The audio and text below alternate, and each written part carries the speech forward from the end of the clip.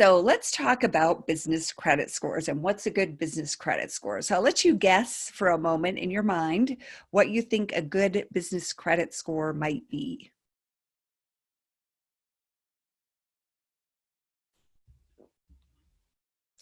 Now, when I talk about this in workshops, usually I get answers like 700 or 750 because most of us are thinking in terms of consumer credit, and that's perfectly logical. But in fact, with business credit, they use different scores and different scales.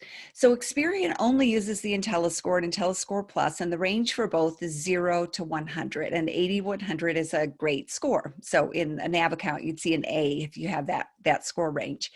Dun & Bradstreet uses a variety of scores, but their flagship score, the one they're most well known for, is called Paydex, and that ranges from 0 to 100, and again, 80 to 100 is the highest score you can get.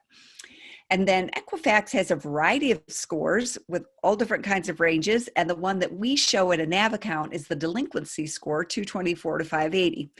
Now, just a heads up, the delinquency score is just the name of the scoring model. It doesn't mean you're delinquent. And it seems like our customers kind of freak out when they see that because they think it means they've paid late, and that's not true. It's just the name of the scoring model that Equifax has created. So you can see when you're checking your business credit, it's helpful to know what the score range is so you can see what range you fall in and see whether there's perhaps some things you can do to build a stronger score. And then there's also a score called the FICO SBSS, and this is a score created by FICO specifically for small business. And it's going to be really important if you decide to get an SBA loan in the SBA 7A program. That's their most popular loan program. It's a very flexible loan. And if you want a loan for $350,000 or less, the first thing the lender has to do is check this score. It's called a pre-screen. And the range is 0 to 300. 0 is the lowest, 300 is the highest score you can get. Now, the SBA's minimum score has been 140. They just have raised that. As of October 1st, 2020, it's going to be 155. However, our experience at NAV is that most lenders who are making SBA loans want to see a score of at least 160 or 165 or above.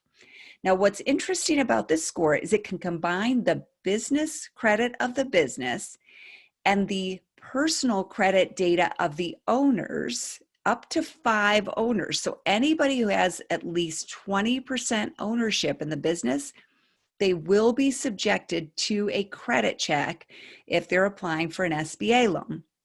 So even if they don't want to be part of it, they have to be part of it because the SBA is going to make that part of their screening for the small business. So it can combine that personal credit data of up to 5 owners plus the business credit of the business, and the lender can even optionally add in financial data from the application or financial statements that they've received or tax returns. So they can add additional criteria. So it's an interesting score and pretty flexible. Now, I can tell you that we have had NAV customers who have excellent personal credit, and they've gotten a passing score even without having built business credit, but it's easier to get a passing score if you have good business credit and good personal